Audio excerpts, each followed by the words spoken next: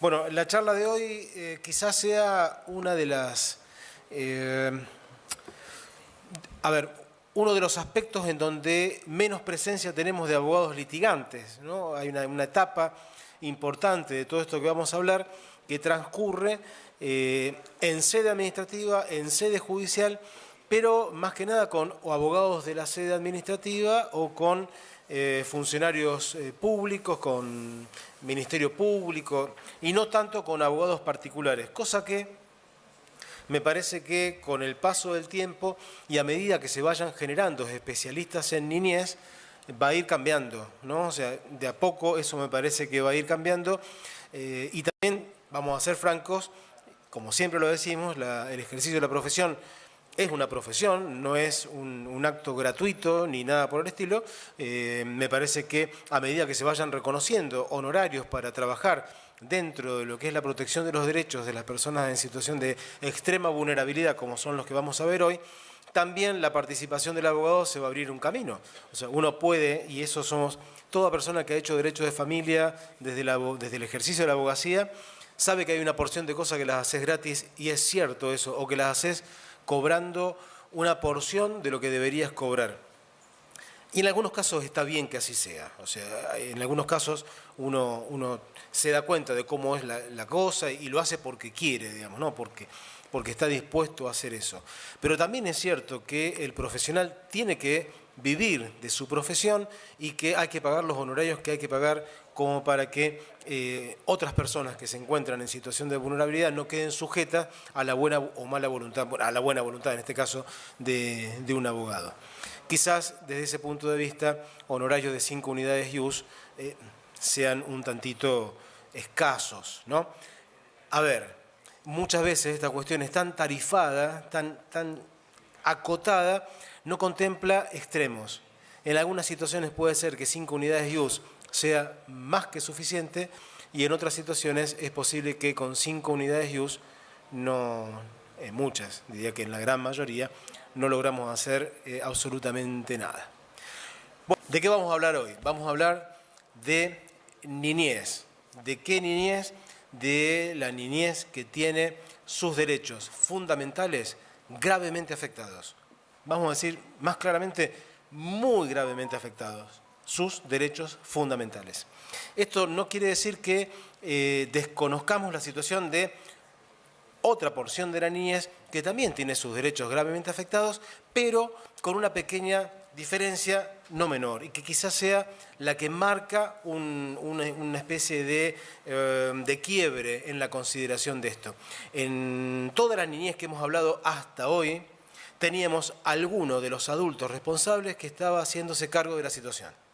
Cuando hablamos de alimentos, teníamos un adulto responsable que estaba reclamando en nombre de ese niño los alimentos impagos por parte del otro obligado o la otra obligada alimentaria. Y de ese lugar emplazaba, buscaba. ¿Había derechos gravemente vulnerados? Sí, por supuesto, porque el derecho alimentario es un derecho que si no se cumple y no se paga en término, es una grave afectación a los derechos de un niño o de una niña.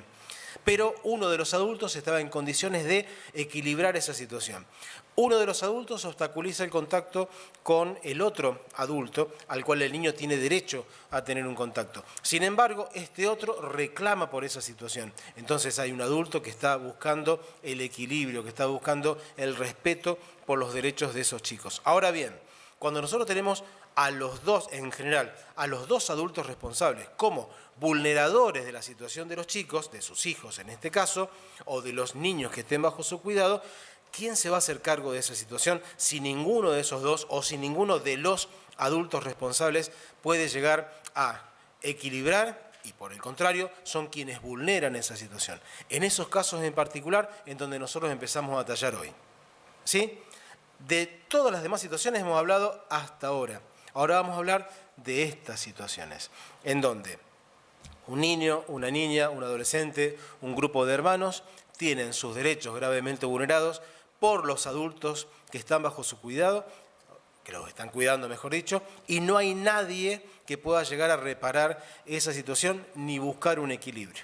Cuando nos encontramos ante ese tipo de situaciones, la legislación actual, nosotros no vamos a hacer hoy ninguna cuestión histórica, sino tan solo como para marcar algunos casos en particular, le está encomendando al Poder Ejecutivo la toma de la decisión de sacar al niño, la niña, el grupo de hermanos, el adolescente que se encuentra en ese centro de vida donde sus derechos son gravemente vulnerados y no hay ninguno de los adultos que esté haciendo nada para lograr un equilibrio. Ahí se faculta al Poder Ejecutivo para sacar a ese chico dentro de su centro de vida.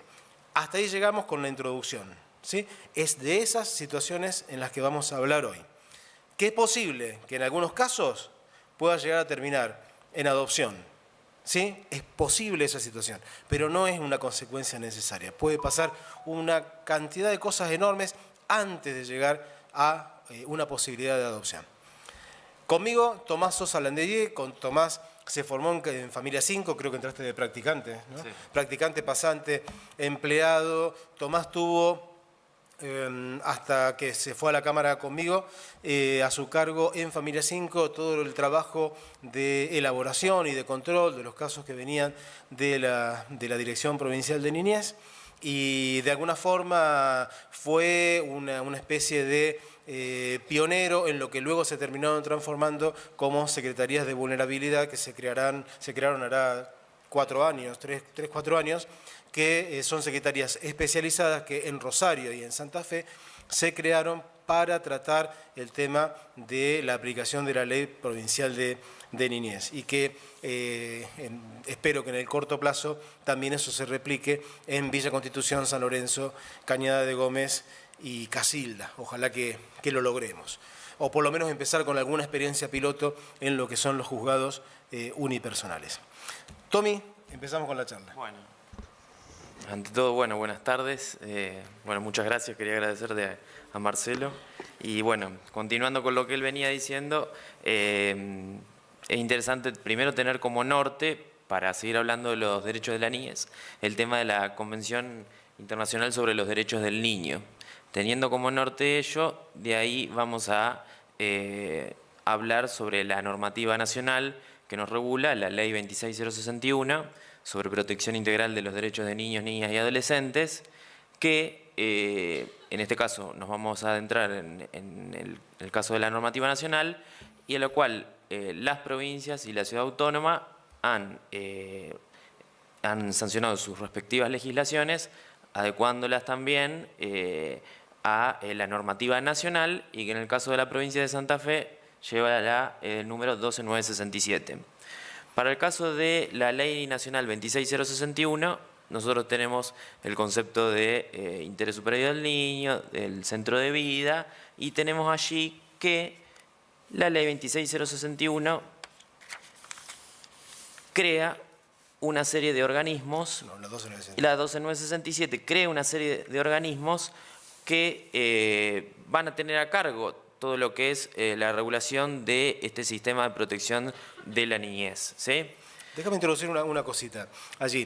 Lo que me avisan, por ejemplo, grupos de padres adoptivos que están viendo la charla por YouTube, referentes de distintos puntos del país. Así que nosotros, si bien vamos a hacer anclaje en la Ley Provincial de Niñez, lo que vamos a decir acá es aplicable casi con alguna sutileza, con algunas pequeñas diferencias en cualquier lugar del país. Creo que es tan solo la jurisdicción de la provincia de Neuquén la que conserva todavía la adopción de medidas excepcionales en cabeza del Poder Judicial. Quizás ya no sea así, pero bueno, en principio lo que yo tenía estudiado hasta hace muy poco era la única jurisdicción donde eso aún subsistía, y no en todos los casos. Es decir, lo que digamos acá se va a poder aplicar en cualquier provincia, adecuándolo a la normativa local. Respecto de eso, y algo que me olvidé decir en la introducción, las personas que están presentes pueden hacer sus preguntas en forma directa. Les vamos a pedir, si es posible, a los que están más atrás, si van a hacer alguna pregunta, que se acerque para adelante para que los demás lo puedan llegar a escuchar con mayor facilidad. No somos muchos, así que creo que se va a poder hacer eso. Y quienes no están presentes pueden mandar sus preguntas al mail cuánto tiempo es un tiempito @gmail.com. la verdad que eso ha funcionado bastante bien. O sea, me mandan la pregunta, yo a medida que puedo la voy leyendo de lo que está acá, y como la verdad que mi celular creo que lo tiene medio mundo, el que quiere mandar un WhatsApp también lo puede hacer. Sí, en el tema de la ley 26.061 que mencionaba recién el Tommy, me parece que hay un punto en donde nosotros sí nos tenemos que detener en una perspectiva histórica, pero no para andar haciendo grandes devaneos intelectuales, que no es la propuesta y no estoy en condiciones de hacerlo tampoco, que es el cambio de paradigma, ¿no? O sea, el cambio de paradigma del patronato a la protección integral. No vamos a entrar a decir cuáles son las diferencias normativas que hay y ontológicas y filosóficas que caracterizan a uno o al otro, pero sí me parece que hay algunas cosas que nos deben llevar a reflexionar, especialmente a la gente que tiene más de 40 años, más de 45 años. Me parece que, y en general en todos, ¿no? Pero a la gente de nuestra edad, el cambio de paradigma respecto de un paradigma que tuvo casi 100 años de vigencia, implica una actitud racionalista, digamos, ¿no? Frente al problema. Es muy posible que una de las primeras reacciones que uno tenga responda al espíritu del patronato, ¿no? A la cultura del patronato y no a la de la protección integral. Y para que nos entendamos bien respecto de esto, ayer estaba hablando con una alumna del posgrado de familia que, entre otras cosas, en la materia que yo doy, tenían que elaborar un proyecto de ley, que la verdad que lo que hizo era fantástico. Había hecho un proyecto de ley de abogado del niño para una de las provincias argentinas, estaba muy lindo hecho, y en las previsiones que tenía dentro de la norma proyectada, ella decía que el abogado del niño sale de una lista que lo lleva a fulano de tal, como dale, el colegio de abogados o el Poder Judicial. Pero el chico tan solo podía, si él expresaba su voluntad de tener abogado del niño, seleccionarlo de esa lista. Entonces yo le preguntaba, ¿y si quiere llevar su abogado? ¿Qué hacemos? Entonces me dice, bueno, no, pero esta lista le asegura que sea un especialista y que qué sé yo, y que qué sé cuánto. Digo, pero si estamos hablando de un adolescente con autonomía suficiente, con un desarrollo de su autonomía, digo, si nosotros le imponemos el abogado que lo tiene que tomar de esa lista, ¿no responde eso a la cultura del patronato? Ahí está. ¿Sí? La cultura del patronato se nos mete por todos lados. Por todos lados. Estando acá la gente de niñez. La lectura de un expediente que viene de la Dirección Provincial de la Niñez está, si vos lo sacudís así, sale patronato por donde vos quieras. Por donde vos quieras.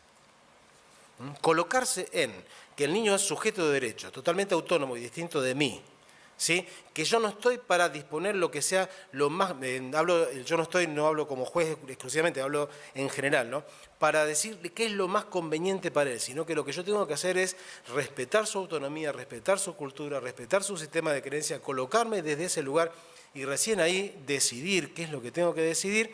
Eso es dificilísimo. Y lo que estoy haciendo no es una crítica, es fácil, la verdad que si hay algo que es fácil es pegarle a la Dirección de Niñez, ¿sí? No es eso. No, eso nos pasa a todos. Si vos agarrás algunos expedientes judiciales, está plagado de cuestiones del patronato, en un sentido, hasta te diría patológico y que no está piola, digamos, ¿no? Muchas veces es cierto que vos tenés que decidir, como padre tenés que decidir en función de tus hijos, por la edad que tienen, por las circunstancias particulares en las que se encuentran, porque no es lo mismo un chico de 4 años que un chico de 14, y tampoco es lo mismo un chico de 8 años y uno de 14, cuando el de 14 tiene problemas de salud mental o tiene un retraso madurativo.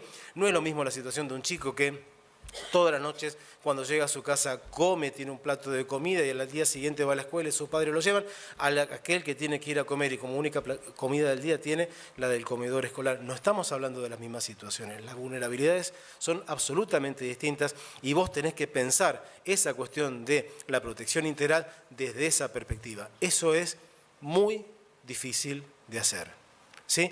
Entonces, en ese punto sí me interesa la cuestión de la cultura del patronato, porque nosotros lo que tenemos que hacer es identificarnos en esas situaciones, reflexionarlas y ver, porque quizás la decisión que haya que tomar sea la que está pensada, nada más que pasarla por el tamiz de la protección integral y del respeto del niño como sujeto de derecho y como persona autónoma, sabiendo esas cuestiones que tienen que ver con la edad y con la situación subjetiva particular de cada niño y de cada grupo de hermanos, ¿sí? Sonsos no somos tampoco. Es cierto, cuando a veces me dicen, ¿cómo va a poner abogado de niño a un nene de 6 meses?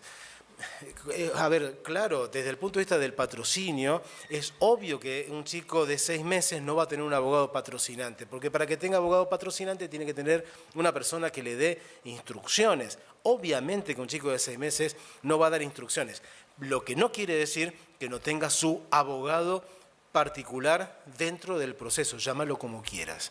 ¿Quieres llamarlo tutor especial? Llámalo tutor especial, no tengo ningún tipo de problema. Pero que tiene que tener alguien que preserve individualmente sus derechos en forma directa dentro del proceso, y después vamos a ver, no en cualquier proceso, pero sí dentro del proceso, no tengo ninguna duda. Es cierto que vamos a escuchar a un chico de la misma forma si tiene 14 años y no tiene un retraso madurativo, por decir de algo, que a un chico de 6 meses. No, claro que no. El de 6 meses no me va a hablar. Sí, el otro sí me va a hablar, lo voy a poder escuchar desde otro lugar. Lo que no quiere decir que hasta acá no lo tengo que escuchar. ¿Cómo lo voy a escuchar? Con un montón de mecanismos que tenemos a la mano. Hay gente especializada en esto, hay psicólogos, hay psiquiatras, hay psicopedagogos, hay gente que ha generado distintas baterías de formas de acceder al chico por lo que nos está mostrando, por un montón de elementos que a los jueces obviamente se nos van a escapar, pero que hay gente especializada en eso para escuchar sin necesidad de estar oyendo un lenguaje que para nosotros sea totalmente descifrable. Va a hablar otro lenguaje. ¿Se entiende? Si nosotros decimos este sí, este no, de antemano, ahí es donde empieza a mezclarse el patronato desde esa perspectiva peyorativa que tiene la palabra patronato como tal. Quizás los historiadores me podrían llegar a decir que en 1900 y pico, cuando se sancionó aquella ley, fue superadora de vaya a saber qué circunstancias, pero hoy por hoy tiene esa perspectiva. Es algo que nosotros, a la hora de ejercer la profesión de abogado, la de juez, la de trabajador social, la de postulante a padre adoptivo, la de padre y madre dentro de tu familia, tiene que tener en cuenta para poder diferenciar. ¿Sí? Bueno, esto va a ser así toda la tarde. Vamos a hacer un pedacito así y vamos a hacer una cosa eterna hasta las 8 de la noche. Vamos a estar acá. Te había quedado, Tommy, con el tema de los organismos que crea la 12967. Esto, para la gente del resto del país que no son de Santa Fe, esto es muy santafesino. Cada provincia tiene sus esquemas de trabajo, pero vamos a ver que de acá más nosotros los vamos a mencionar y después vamos a hablar de autoridad administrativa. Vale para cualquiera. ¿Está? Dale. La Ley de Niñez de Santa Fe establece que los organismos que crea son la Subsecretaría de los Derechos de la Niñez, Adolescencia y Familia, la Comisión Interministerial de la Niñez y la Adolescencia, la Dirección Provincial de Promoción de los Derechos de la Niñez, Adolescencia y Familia de la Primera y Segunda Circunscripción y sus delegaciones, el Consejo Provincial de Niñas, Niños y Adolescentes y la Defensoría Provincial de Niñas, Niños y Adolescentes. Bien, déjame meter algo en esto. De todo esto que hemos hablado acá, hay algunas que son más importantes que otras, y nadie se ofenda, digamos, ¿no? La Subsecretaría de Niñez es Secretaría de Niñez, ¿no? En el actual gobierno se hizo una Secretaría de Niñez, la Subsecretaría de Niñez, pero entiendo que la ley habla de Subsecretaría de Niñez, es para la Secretaría de Niñez. Desde el punto de vista de la charla de hoy, no desde el punto de vista jerárquico-administrativo, a nosotros nos van a interesar 3 en particular: la Secretaría de Niñez, la Subsecretaría de Niñez, 4, la Dirección Provincial de Niñez y las delegaciones regionales de niñez. Esas 4 son las que nos interesan y adelanto, ¿para qué? Para que después nos podamos ubicar.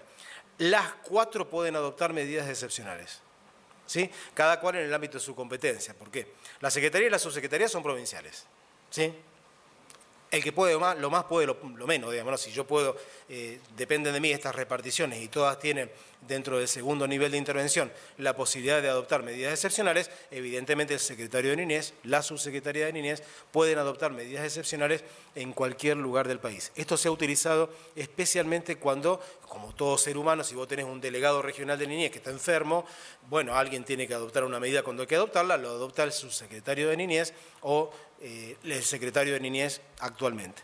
Después hay 2 direcciones provinciales de Niñez, una en Santa Fe, una en Rosario, con su ámbito de competencia, y las delegaciones regionales en los distintos, son las regiones, ¿no? Tiene una dirección del interior ahora. Bien. Que abarca las 6 regiones. Pero la ley le da la posibilidad, la ley, a las delegaciones regionales, ¿sí? Es importante porque son los que legalmente pueden adoptar medidas excepcionales.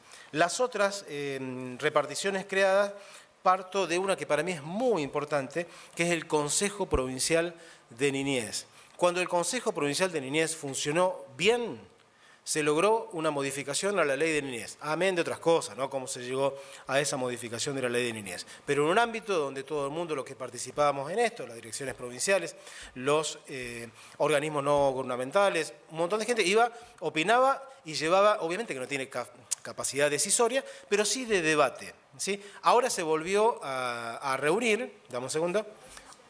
Ayer y hoy acá en Cañada de Gómez. Se volvió a reunir, bueno, en la pandemia obviamente que esto no se pudo hacer, pero me parece que se debe dar nuevamente una vuelta de tuerca como para recibir opiniones de todo el mundo, poder trabajar en modificaciones, poder analizar cuestiones regionales, porque bueno, si bien el Consejo Provincial es provincial, también hay pequeños consejos locales. En la ciudad de Rosario también funcionó, no sé si todavía lo sigue haciendo, un consejo municipal de niñez, donde también concurrían distintos actores y personas interesadas en el trabajo por la niñez. Y la otra repartición en la provincia, que para mí es muy importante y que ha tenido una gran actividad desde su creación hasta ahora, es la Defensoría Provincial de Niñas, Niños y Adolescentes, que es una defensoría del pueblo de niñez. ¿Sí? Es muy importante porque, después esto lo vamos a retomar, a mi juicio la legislación tiene un inconveniente en lo que es lo sancionatorio respecto de la inactividad, o la actividad no concordada de la Dirección Provincial de Niñez. Después lo vamos a ver si la Dirección Provincial de Niñez no responde, por ejemplo, a una orden judicial. Después vamos a ver que esto no es que se dé en forma cotidiana, ni mucho menos. Pero para llevar una cuestión de absurdo y de extremo, si el juez le dice, usted en 10 días tiene que resolver definitivamente esta medida excepcional y Niñez no lo hace, el juez no tiene ningún elemento como para obligarlo a hacerlo, ¿sí? Porque ni siquiera podríamos hacer as 30 al funcionario, digamos, no, eso no estaría permitido. No, pero realmente, legalmente, as 30 al funcionario podría llegar a ser, no lo es. ¿Cuál le queda? ¿Cuál le queda? ¿Cómo? No, eso es una cosa as 30 y otra cosa del 239 del Código Penal. Porque una orden judicial, ahí no está hablando como en una prohibición de acercamiento. Le está diciendo, usted tiene que hacer tal cosa, cumpla con tal cosa. Le podría hacer otro tipo de denuncia. Pero las as 30, en la época del corralito en adelante, ahí tenemos una dificultad para poner as 30 a un funcionario público. Dale, igual modo, si yo voy por el camino que sigue, la única que me queda es llamar a la defensora o defensor provincial de niños, niñas y adolescentes y decirle, mira, niñez no me está cumpliendo. ¿Y qué puede hacer esa defensora? Hacer un informe al legislador de que niñez no está cumpliendo. ¿Se entiende? Ahí evidentemente tenemos algún tipo de dificultad que se supera en lo artesanal, pero en lo normativo no está muy clara la superación. Por eso es tan importante esta Defensoría Provincial de Niñas, Niños y Adolescentes. Y luego, esta Comisión Interministerial de Niñez, la verdad que no sé si eso funciona, creo que no funcionó demasiado, sería importantísimo. Y después vamos a volver sobre ese tema, cómo jerárquicamente, y esto va para cualquier provincia, es importante ese entrelace, ¿sí? Lo que pasa es que esto está pensado para las políticas públicas provinciales y a mí la que más me interesa es ese que permita el entrecruzamiento entre la enfermera y la maestra. Este acá está allá, son 2 secretarios de cada ministerio, 2 subsecretarios, bueno, está allá, listo, para hacer las políticas públicas, las grandes, las que tienen que ver con los grandes trazos. Pero hay uno de ese enlazado que tiene que existir, que es el que le puede permitir, y esto estoy diciendo una cosa bien burda como para provocar, digamos, ¿no? Que si yo tengo una enfermera de un centro de salud esperando el colectivo y al lado de ella hay una maestra del sistema educativo esperando el colectivo y las dos atienden a un niño o una niña que está siendo objeto de abuso por parte de sus padres, lo sepan. Quizás las dos estén una al lado de la otra y no sepan que se encuentran ante la misma situación. Estoy siendo burdo para provocar nada más. ¿Está?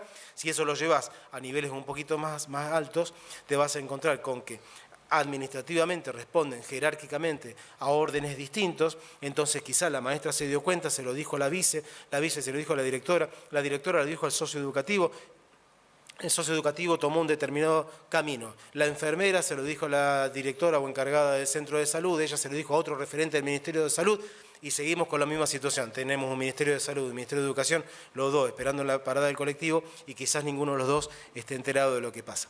Reitero, lo digo en forma provocativa porque ya sé que me van a empezar a llover cosas, porque en la realidad, en lo artesanal, esto sí muchas veces funciona, pero no deja de ser artesanal. Y como ya lo hemos visto en varias de estas reuniones, lo artesanal está piola, pero no es superador de nada.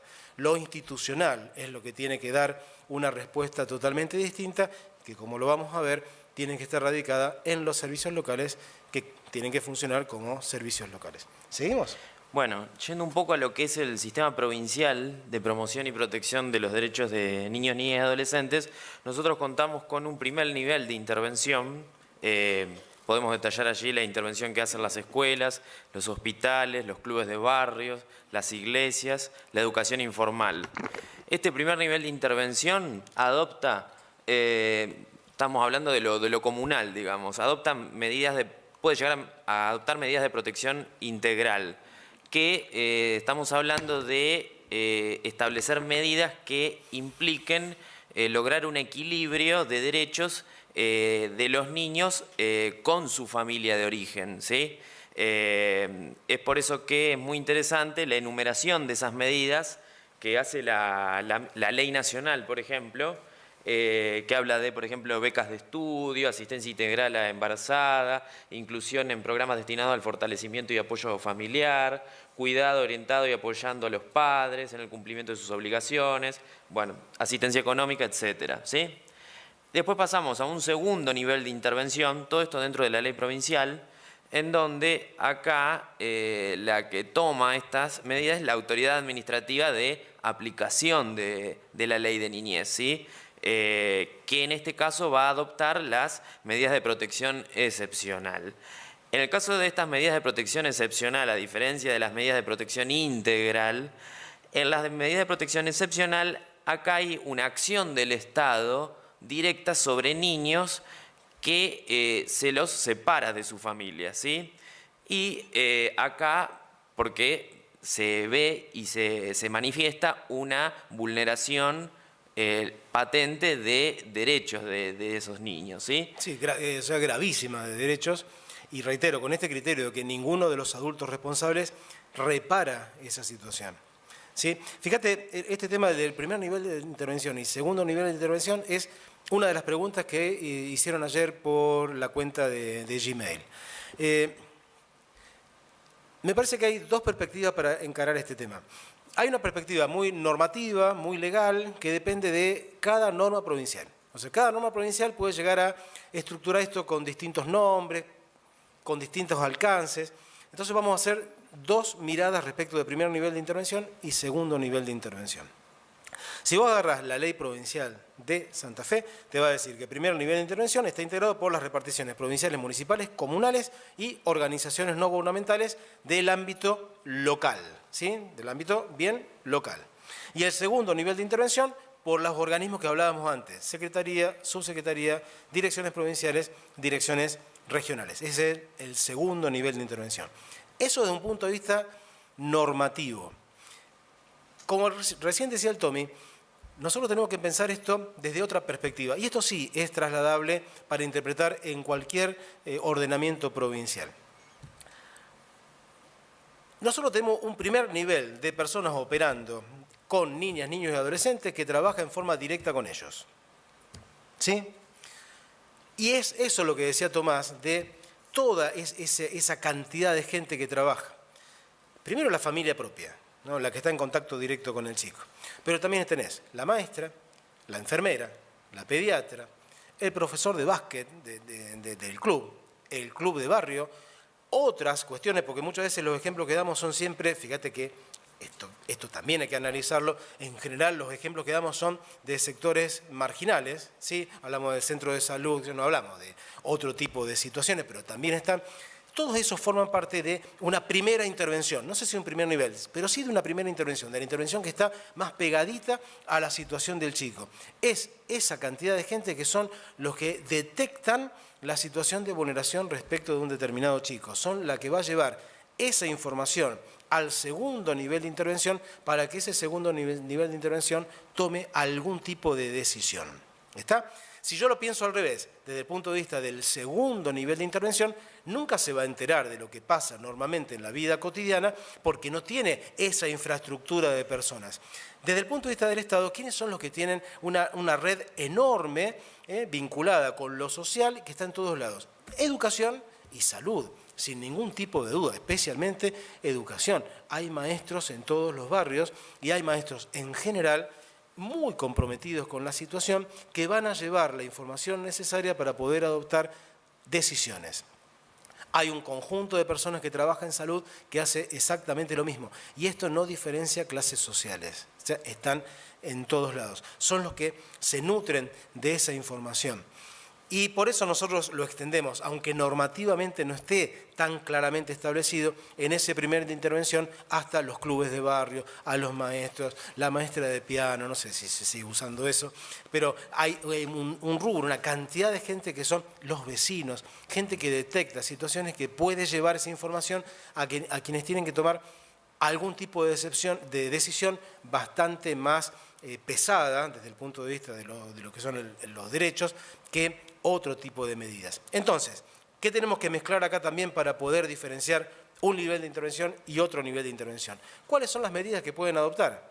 Y como bien lo decía el Tommy recién, en el primer nivel de intervención vos tomás medidas desde el punto de vista de los organismos del Estado vinculadas con aquello que podríamos llamar desarrollo social, promoción comunitaria, situaciones que tienen que ver con el mejor estar de la persona, pero con una condición: siempre conviviendo en su centro de vida, siempre conviviendo dentro del seno de la familia a la cual pertenece el niño, niña, adolescente. ¿Sí? Ninguna de los organismos que está en el primer nivel de intervención adopta medidas que importen sacar al chico de su centro de vida. No lo pueden hacer. Lo pueden proponer y pueden intervenir en la implementación de eso, pero la decisión no la tienen. Esto para la gente de otras provincias opera así en la mayor parte de las provincias. ¿Sí? En el segundo nivel de intervención, estamos hablando de la autoridad administrativa, reitero, en Santa Fe, Secretaría, Subsecretaría, Dirección Provincial de Niñez, delegaciones regionales, son los que están autorizados a adoptar medidas que importen separar a ese chico del centro de vida. El concepto es clarísimo: si yo separo al chico del centro de vida, estoy adoptando una medida excepcional. ¿Quién tiene la facultad para adoptar medidas excepcionales? Los organismos que mencioné recién en la provincia de Santa Fe y en cada una de las provincias las secretarías de niñez con sus distintos nombres: Comisión de Niñez, Secretaría de Niñez. Hay montones de nombres distintos dentro de las provincias y, reitero, la gente de Neuquén, en todo caso corríjanme, en la provincia de Neuquén, en los casos más graves lo adopta el juez y no la autoridad administrativa. En eso yo tengo una opinión personal. Para mí la Convención de los Derechos del Niño es tácitamente clara, donde esto está en cabeza del Ejecutivo y no del Poder Judicial, porque la misma Convención dice que los jueces controlan lo que hace el Poder Ejecutivo respecto de este tipo de adopción de medidas. Para entender este tema de medidas excepcionales y medidas de protección integral, nosotros tenemos que tener en cuenta algunas pautas, reglas, principios, llamarlo como quiera, que vienen de la Convención Internacional de los Derechos del Niño, que es la preservación de su derecho a la identidad, y el derecho a la identidad implica la pertenencia a una familia biológica. Y lo que el Estado tiene que hacer es tratar que los chicos sean criados dentro del seno de su familia biológica. ¿Sí? Lo que no dice la Convención en ningún lado que eso sea a toda costa y caiga quien caiga. No lo dice. Dice que tiene derecho a ser criado por su familia biológica, y lo que no dice es que esto hay que hacerlo a como dé lugar. No es así la cosa. No es así la cosa porque nosotros no podemos partir de un criterio de que la gente es intrínsecamente buena por tal o cual situación. ¿Sí? No, eso no es así. Hay gente que desarrolla respecto de otras personas las mayores perversidades que se te puedan llegar a ocurrir. Las mayores. Es muy lindo leer especialmente el Día del Padre y el Día de la Madre, pero especialmente el Día de la Madre, donde se coloca en la situación de ser madre una especie de cosa de bonanza, o de ser padre generalizada e innata, ¿no? Como que viene con vos, porque sos madre, tenés un instinto materno que te lleva a ser buena. Eso no es así desde ningún punto de vista. Si no, los invito a leer 4 expedientes que vengan de la Dirección de Niñez respecto de madre vulneradora de los derechos de sus hijos y se van a dar cuenta de las barrabasadas que uno puede llegar a leer respecto de lo que una madre le puede llegar a ser un hijo, de lo que un padre le puede llegar a ser un hijo, un hermano, una abuela o cualquier otro familiar, porque por otra parte este tipo de agresiones hacia los niños y a los adolescentes vienen en la enorme cantidad de casos del propio seno de la familia. Nosotros en el Poder Judicial no podemos partir de que porque vos sos tal cosa o tal otra, ya de por sí partimos de que estás diciendo la verdad o que estás diciendo o que tenés una actitud para los demás de bondad y bonomía. Eso no funciona así.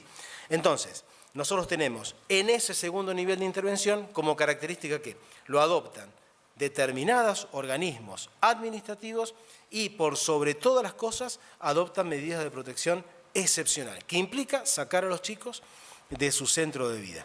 La ley provincial y las leyes provinciales también le dan otro tipo de facultades, pero que todas ellas, en relación con esta facultad de sacar a los chicos de su centro de vida, son como que acompañan, ¿sí? En verdad, desde un punto de vista no normativo, sino de análisis de la norma, todas las medidas directas que no impliquen sacar a los chicos de su centro de vida son primer nivel de intervención.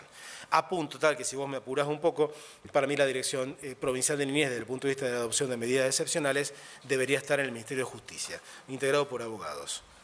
Y punto. Si se trata de analizar derechos, se trata de analizar derechos. Esto estoy hablando de una cuestión ideal, digamos, no es una cuestión como de una idea y nada más. Sabemos que esto no se puede hacer así. ¿Por qué no se puede hacer así? Porque, bueno, las direcciones provinciales no es que trabajan en Rosario y en una zona acotada de la ciudad de Rosario o en una zona acotada de la ciudad de Santa Fe. Eso no funciona.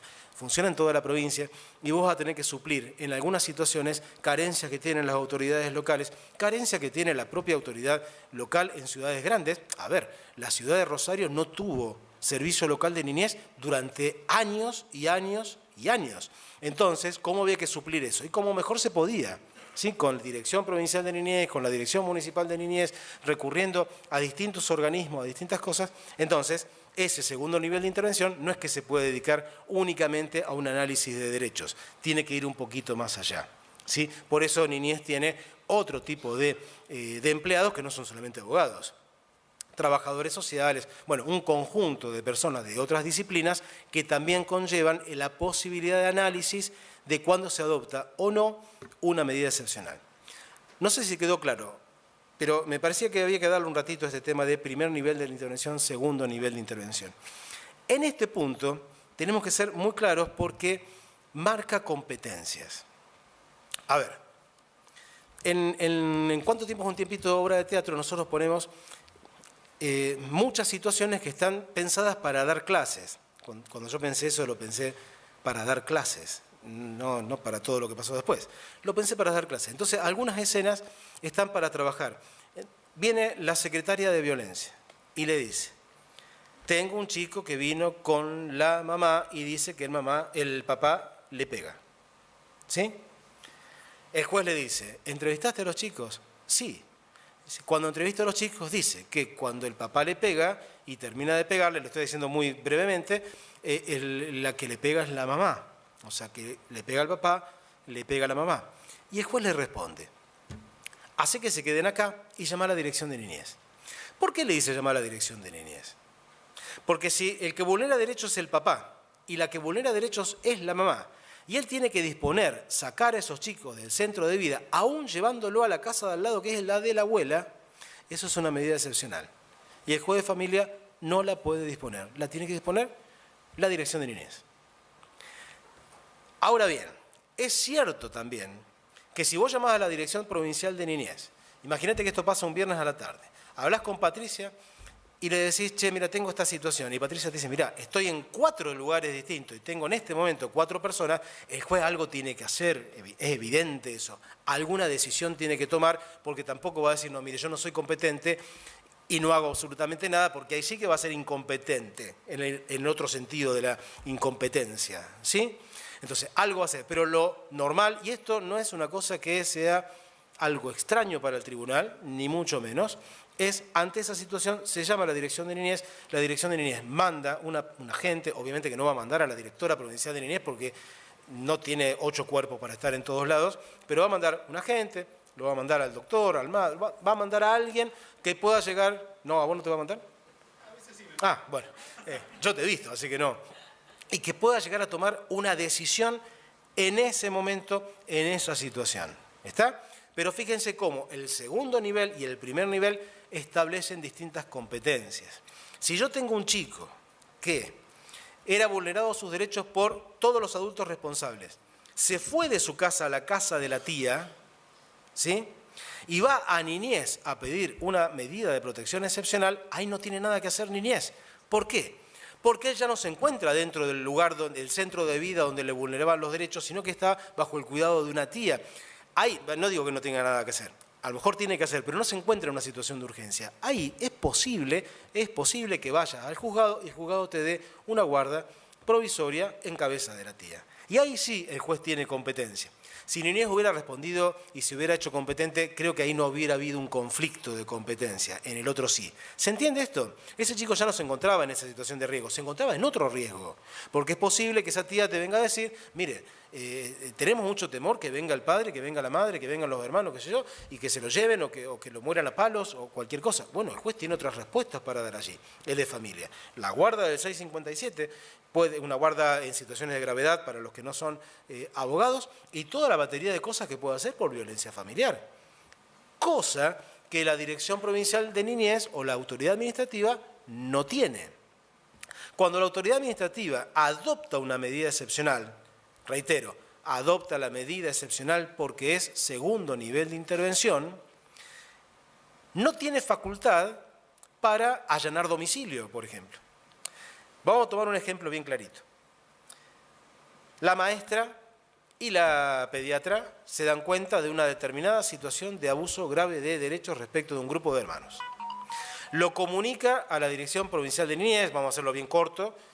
Maestras, pediatras pueden ir por los organismos jerárquicos que ustedes tienen, servicio educativo, lo que sea, pero también pueden ir en forma directa a la Dirección Provincial de Niñez. Plantean la situación, dicen, esta es la situación, la Dirección Provincial de Niñez lo analiza, lo pondera, quizás ya tenga elementos con los cuales trabajar, porque a lo mejor ya tiene antecedentes de ese chico, antecedentes que vienen del Servicio Local de Niñez, y dice, hay que adoptar una medida excepcional. ¿Dónde se encuentran los chicos?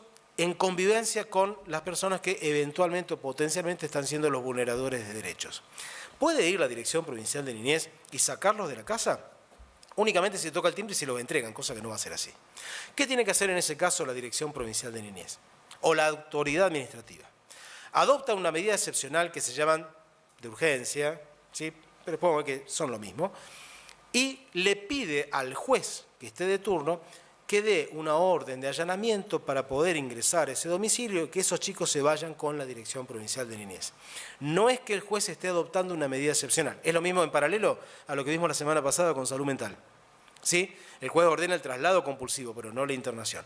Acá el juez ordena ingresar al domicilio, que a los chicos se los entregan al personal de niñez, que obviamente que tiene que estar acompañando la medida, para que se concrete esa medida excepcional. En otros casos, la medida excepcional se concreta con los chicos ya retirados por la Dirección Provincial de Niñez, ahí no hace falta el concurso de ningún juez ordenando una medida u otra. ¿Está claro el tema de primer nivel de intervención, segundo nivel de intervención? ¿Preguntas? ¿Cosas que quieran hacer? Bien. Dale, Tommy. Bueno, siguiendo un poco, me gustaría agregar un poco a esto el tema de que se tiene dicho de que a veces la medida de protección integral se adopta primero y luego después viene la medida de protección excepcional. En general es así. En general. Hay veces que también que la medida de protección excepcional es consecuencia de una medida de protección integral que no dio resultado. Pero también a veces, que como veníamos diciendo, que ante una violación flagrante de un derecho, se adopta directamente una medida de protección excepcional. Sí, en general el concepto normativo de medida de protección excepcional es cuando se agotaron las medidas de protección integral. Lo que sucede es que hay casos que son como si fuera una especie de infraganti delito, que vos lo estás viendo en el momento, bueno, ahí adopta una medida de protección excepcional, sin ningún lugar a duda. Ahora, cuando uno lee los expedientes que vienen de la Dirección Provincial de Niñez o de la autoridad administrativa, en general están antecedidos de una gran cantidad de documentación, de intervenciones, de maestras, de pediatras, parezco que estuviera siempre diciendo lo mismo, pero más o menos es así la cosa, de la propia Dirección Provincial de Niñez, de los servicios locales, documentación que está ahí adentro y que en muchos casos te puedes llegar a preguntar ¿y por qué no hicieron algo antes? ¿No? Si, bueno, tenías todos estos datos y tuviste 3 años para hacer esto, ¿por qué no tomaste una decisión antes? ¿Sí? Esa pregunta también surge. Y en otros casos, porque es una repartición que recibe palos por derecha y por izquierda, ¿no? Por donde sea recibe palazos. Alguno te va a decir, ¿por qué no lo tomaste antes de esta decisión? Y otros, si tomás una medida excepcional de urgencia, en esta cuestión de infraganti situación, le va a decir, ¿por qué lo adoptó tan rápido? ¿No? O sea, vas a tener de las dos críticas que pueden estar fundadas o no, depende del caso concreto, ¿no? Depende del caso concreto. La realidad es que, esto lo hemos hablado, el Poder Judicial, por ejemplo, se entera fraccionadamente, porque es juez por juez, de las medidas excepcionales que se adoptan, no de las que no se adoptan, ¿sí? Las que no se adoptan, que en esto sí es claro que hay un déficit, no porque no se adopten, sino porque hay una información ahí que no está clara a la hora del análisis, son las que quizás más preocupen, ¿sí? Y ahí también vas a tener argumentos por de derecha e izquierda, no lo digo partidariamente, no lo digo por cuestiones, hasta te diría, como si fuera sociología política, una cosa así. Vas a tener distintas percepciones. Vas a tener la persona que te va a decir, ¿cómo puede ser que nos saquen esos chicos de la casa o que los veo todos los días vendiendo estampitas en las paradas de colectivo? Y vos, la primera pregunta que te puede salir a la luz es decir, ¿vos cómo sabés que ese chico está descontenido porque esté haciendo esa situación? Obviamente que no es una situación ni querible ni deseable, pero no implica de modo alguno que nos encontremos frente a un niño que esté no contenido por su seno familiar. De ningún modo es así, y tampoco implica que sea un niño que esté no atendido por los organismos del Estado. No tiene necesariamente una cosa que ver con la otra. Puede ser que sí, puede ser que no. Puede ser que vos te encuentres con el niño más abrigado del mundo, en el seno de su familia, viviendo en una casa en frente del río y qué sé yo y qué sé cuánto, y que sea el que mayores vulneraciones de derechos tengas y vos ni cuentas te des de qué se trata. He contado muchas veces la anécdota de una propuesta que llegó a los jueces de familia de ir con un camioncito por las calles a la noche y levantar niños y darlos al sistema de adopción, que tal como la cuento, fue recibida y que ante la... yo le dije que estaba de acuerdo, digo, pero empecemos por un boliche hiper de moda y cuando encontremos un chico de 16, 17 años doblado por el alcohol, más que nada, más que por las drogas, doblado por el alcohol y que se encuentre en ese momento descontenido, lo sacamos con el camioncito y lo colocamos en el sistema de adopción y esta persona contestó, pero tiene familia. Claro, ¿se entiende? O sea, ahí tenemos nosotros, que también nos tenemos que hacer cargo de eso. Tenemos que hacernos cargo de nuestra discriminación, de nuestro racismo, de nuestros preconceptos, de nuestros prejuicios ante una cosa, ante una situación y otra situación. ¿Sí? Ante situaciones, desde el punto de vista normativo y de la vulneración de derechos iguales, damos respuestas absolutamente distintas, absolutamente distintas. Aún en situaciones de... tengo 4 hermanitos para dar en adopción y no logramos tener un solo grupo adoptivo en la provincia de Santa Fe que se haga cargo. Y cuando hemos ido al registro nacional no encontramos un solo grupo adoptivo que se haga cargo. Vos ponés esta situación a consideración de la gente y genera las mayores empatías habidas y por haber. ¿Sí? Ese mismo grupo de niños, descontenido, alguno de ellos comete alguna situación de delito y vas a tener a las mismas personas opinando exactamente lo contrario de lo que hubieran opinado si ese chico hubiera estado vinculado así, en medio como en el inicio del sistema de adopción. ¿Está? Ni hablar si cuando ese chico entra en el sistema de guarda preadoptiva o en el sistema de familia solidaria tiene un comportamiento distinto al esperado. ¿Sí? Entonces ahí te vas a encontrar con gente que dice, esto no es para mí, acá está, acá te lo devuelvo. ¿No? O sea, tuvo un comportamiento distinto al esperado. Guarda, la mayor parte de la gente no reacciona así. La mayor parte de los grupos de padres adoptivos o de guarda preadoptiva no reacciona así. Son contadas minorías. En general, la gente que accede al sistema de adopción se hace padre en ese momento y es padre completo, madre completa, para todo lo que venga a suceder. ¿Sí? Hay gente que no lo logra y bueno, quizá eso nos lleva a reflexionar cómo hicimos el análisis de esa persona a la hora de colocarla dentro del sistema de adopción. Tommy. Bueno, vinculado también un poco con el tema de la medida de protección excepcional, está el tema de, bueno, esto de que hablábamos de separar al niño temporalmente de su centro de vida. Entonces, ¿qué pasa con el tema de cómo se hacen efectivas, es decir, la efectividad de esta medida de protección excepcional? Entonces hablamos un poco de las primeras líneas o las segundas líneas de acción que tenemos. Entonces, por un lado, decimos que la primera línea de acción pasa por alojar a los niños dentro del grupo familiar ampliado. Y acá tenemos, por ejemplo, a los hermanos, un hermano mayor, a los abuelos, a los tíos, etc. Algún otro referente afectivo. En segundo lugar, si no excepcionalmente y subsidiariamente y por el más breve tiempo posible, vamos a hablar de una forma convivencial alternativa a su grupo familiar. Entonces por ahí tenemos los casos de las familias de acogimiento o las familias solidarias o sustitutas, depende del nombre que se le dé, depende de la jurisdicción de que se trate. Y después tenemos también los casos de las instituciones. Eso después por ahí lo vamos a hablar más adelante si nos llega a llevar tiempo. En realidad hay algo, me parece, para puntualizar de lo que estaba diciendo Tomás. Yo soy la autoridad administrativa y saco un chico de su centro de vida. ¿Sí? Dale, Patricia. Patricia agarra y dice, hay que sacar a estos chicos del centro de vida. No se lo lleva a su casa, digamos, no es su función. No le puedo decir a Negro Almada, che, loco, llévatelo a tu casa. No, eso no funciona así. A algún lugar hay que llevar para que esos chicos sean contenidos, esencialmente desde la perspectiva de garantizar sus derechos fundamentales, ¿no? O sea, no solamente que vaya, coma, se vista, esté respetado, que respeten sus derechos fundamentales. ¿Con qué objetivo? Con el objetivo de la medida excepcional. ¿Cuál es el objetivo de la medida excepcional? Reintegrar al chico al goce pleno de sus derechos fundamentales. Y como vimos hace 2 minutos atrás, uno de sus derechos fundamentales es ser criado por su familia de origen. Entonces, ¿cuál es el trabajo principal de la Dirección Provincial de Niñez o de la Autoridad de Aplicación de la Ley de Niñez? Que ese chico vuelva a su familia de origen. ¿Qué tiene que hacer para eso? Trabajar con la familia de origen. Muchachos, no lo vi casi nunca. Y la verdad que en algunos casos hasta es difícil de ver si yo tengo la familia de origen en la ciudad de Rosario y mando al chico a un hogar en Godeken.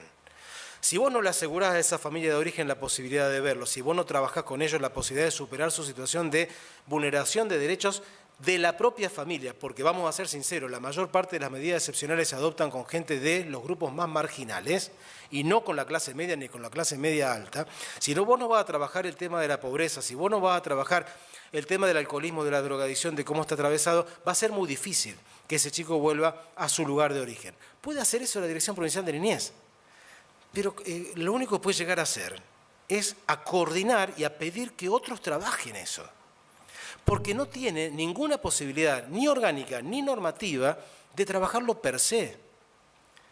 No tiene Ministerio de Educación, no tiene Ministerio de Salud, no tiene Dirección de Adicciones, no tiene ninguna de esas reparticiones como para poder trabajar eso. Sí, ¿qué tiene que hacer?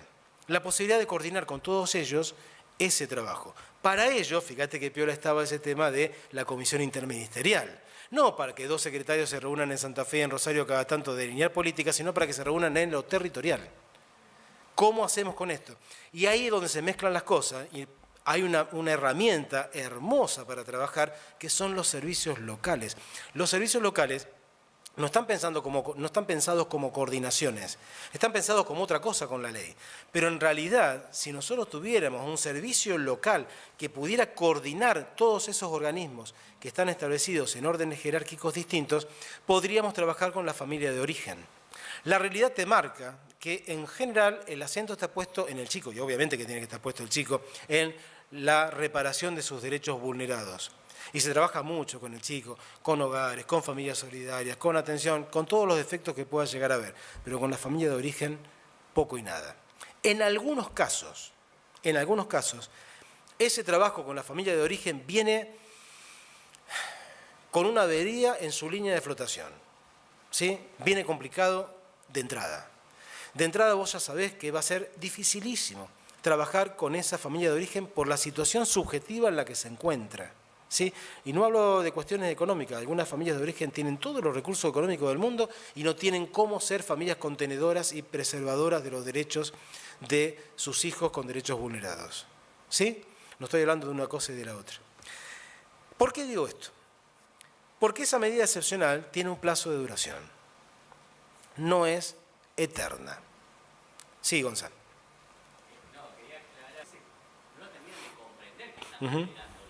A ver, Gonzalo, lo que está diciendo es que vos trabajás en salud pública, que de hecho se articulan medidas anteriores a la medida excepcional y posterior a la medida excepcional con la familia. Yo no estoy diciendo que eso no se haga, yo lo que estoy diciendo es que no se haga en forma coordinada con el objetivo que tiene la medida excepcional. Porque en realidad vos me estás hablando del caso que detectó salud pública, pero hay casos que no detectó salud pública, que detectó otro organismo, hasta una ONG que no viene del Estado, viene de distintos lugares, y ahí es donde, además te digo, lo vi durante 10 años a esto, hay falencias en la articulación. Y eso tiene que estar supeditado a la dirección de la autoridad de aplicación de la ley de niñez. Es decir, el que conoce el sistema en su conjunto que lo llevó a adoptar la medida excepcional es la dirección de niñez o la autoridad administrativa. Tiene que haber allí un trabajo en consonancia con esa familia que quizás lleve a la conclusión de que con esa familia ese chico no puede volver. Puede ser. O lleve a otra conclusión, como en muchos casos se da, en donde el chico vuelve en ciertas condiciones nuevamente con su familia. Ahora les doy la palabra a quien me lo estaba pidiendo. Lo que sucede es que normativamente tenemos plazos para hacer esto, pero te voy a ser sincero, son los que menos me importan. Los chicos tienen plazos para desarrollarse como niños, porque si yo logro que la familia de origen se encuentre en condiciones de recibir al chico, cuando el chico tiene 25 años, no logré absolutamente nada. Se le pasó la infancia esperando que yo logre con esa familia de origen que se adecue a una determinada situación garantizadora de derechos, cuando, como vos bien decís, tenemos que empezar en algunos casos a comprender que lo que ellos están desarrollando como conducta vulneradora de derechos respecto de sus hijos es una conducta vulneradora de derechos, cosa que muchas veces no se tiene registro. Y reitero, esto no diferencia clases sociales, desde ningún punto de vista diferencia clases sociales. ¿Qué sucede? Si yo tengo que trabajar desde allí, es posible que a este chico se le vaya la infancia, y no te digo toda la infancia. Si tiene 0 años y nosotros terminamos la medida excepcional cuando tiene 4 años, fracasamos, muchachos. Fracasamos, se le fueron 4 años fundantes de su persona como tal. No son tus 4 años. Si vos me preguntás, mira, yo ahora voy a cumplir 5 años de juez de cámara, me pregunto de dónde pasó. ¿Cómo pasaron 5 años? No me di cuenta. Ya pasaron 5 años. Es más, veo que pasaron 5 años y no aprendí nada todavía. Respecto a esos chicos, 4 años es una eternidad. Es el momento, si empezó a los 0 y tiene 4, es en el momento en que se fundó y se formó, se constituyó su persona. Y vos lo tuviste en una familia solidaria o lo tuviste en un hogar. Lo tuviste fuera de un ámbito de contención familiar y de crianza filial. No es tan solo, podamos hablar de familias solidarias, no es tan solo la recepción, es la crianza como hijo de. Vos a ese pibe le vulneraste terriblemente sus derechos porque durante 4 años algo no hiciste. Yo tengo un expediente donde un chico empezó en medida excepcional hace 4 años y hoy todavía no lo tengo resuelto, todos se equivocaron. Todos.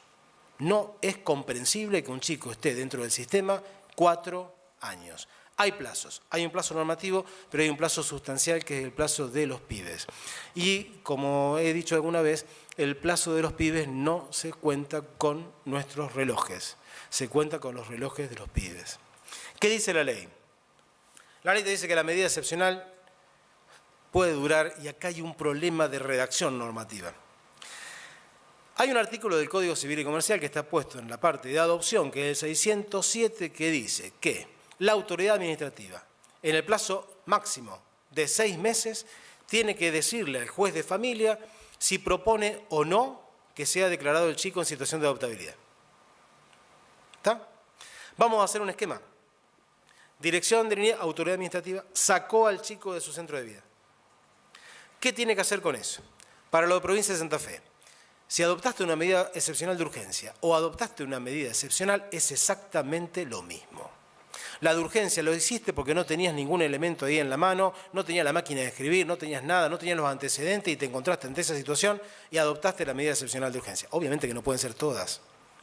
Si son todas de urgencia es porque hay algo en niñez que no está funcionando, que son los antecedentes. Como nadie te denuncia nada, nadie te dice absolutamente nada, siempre tenés que estar actuando en urgencia. No, tenés que adoptar tu medida, redactarla, notificarla, hacer todo lo que tenés que hacer. Y algunas son de urgencia, sean una u otra, vos le tenés que comunicar al juez de familia dentro de las 72 horas del plazo que ponga, que en realidad es el plazo lo más rápidamente posible. Muchas veces los plazos, eso en lo que tiene que ver con cuestiones sociales, son relativos. Si vos al juez le dijiste, deme la autoridad para allanar, ya le notificaste que algo está haciendo. Después le tenés que notificar si lograste sacar a esos chicos o no del centro de vida, que ahí es donde se constituye la medida excepcional. La ley santafesina tiene algunas cosas muy objetables de cuando se produce la medida excepcional, que si quieren algún día les explico históricamente por qué se dio, pero la realidad es que una medida excepcional se produce en el instante en que un chico es sacado de su centro de vida. Ahí empezó a contar el plazo de 6 meses para. ¿6 meses para qué? Para decirle al juez, señor juez, propongo o no la situación de adoptabilidad. ¿Qué tiene que hacer el juez apenas le notifican la adopción de una medida excepcional? Controlar la legalidad de la medida. Eso es lo que tiene que hacer el juez. No es una pavada, ni mucho menos. Ahora vamos a ver con el Tommy en qué consiste ese control de legalidad. Pero por sobre todo es controlar la legalidad de la medida. Y un aspecto que es responsabilidad exclusiva de los jueces de familia es controlar que no se pase el plazo de 6 meses. Primer plazo. La ley provincial de Santa Fe, no la 26.061, sino la de Santa Fe, y otras leyes provinciales podrán tener otros, dicen que la medida excepcional puede durar 1 año y medio. En verdad dice que dura 90 días, renovable por otros 90 días hasta llegar al año y medio. O sea que cada 90 días habría que hacer una prórroga de la medida excepcional. ¿Hay una contradicción entre los plazos? Es decir, ahora como el Código Civil y Comercial dice 6 meses, son 6 meses. Yo alguna vez firmé algo así y después pensé algo distinto. En realidad el Código Civil y Comercial dice lo que ya dije, son 6 meses para proponer la situación de adoptabilidad. Pero si no propone la situación de adoptabilidad, a mi juicio, opera el máximo de 90 días más 90 días más 90 días más 90 días hasta llegar a 1 año y medio. ¿Y por qué eso es así? Porque vos te podés encontrar con chicos que no entren dentro del sistema de adopción, en algunos casos porque no quieren ingresar al sistema de adopción. Yo tengo un chico en medida excepcional que tiene 16 años. Tengo que saber que el Código Civil y Comercial dice que a partir de los 10 tiene que dar su consentimiento para la adopción. Dice consentimiento, no dice asentimiento, dice consentimiento a partir de los 10 años. Si el de 16 le dice a la directora de niñez, mirá, no quiero ser adoptado, y yo hago cesar la medida excepcional a los 6 meses, eso tiene consecuencias disvaliosas enormes. ¿Por qué? Porque la adopción de la medida excepcional, sabiamente por las autoras del Código Civil y Comercial, produce en el momento en que se adopta la suspensión de la responsabilidad parental. Hasta el Código Civil y Comercial teníamos un problema bastante serio con eso, porque no se suspendía. Ahora, Dirección de Niñez, Autoridad Administrativa, adopta la medida excepcional, se suspende la responsabilidad parental. ¿De quiénes? Bueno, parto de la base de quiénes son eventuales vulneradores de los derechos de este chico. Si yo hago a los 6 meses, sin proponer la adoptabilidad, porque no la voy a proponer, hago cesar la medida excepcional, coloco a ese chico en una situación de desprotección, no de protección. Si lo coloco en desprotección. La medida excepcional debe continuar. Supongamos, por otra parte, que la Dirección Provincial de Niñez propone la situación de adoptabilidad. Eso no implica que en ese momento cese la aplicación de todos los efectos de la medida, ni mucho menos, porque para llegar a la adopción vamos a tener un plazo, vamos a tener un tiempo, que después vamos a ver cuánto es ese tiempo.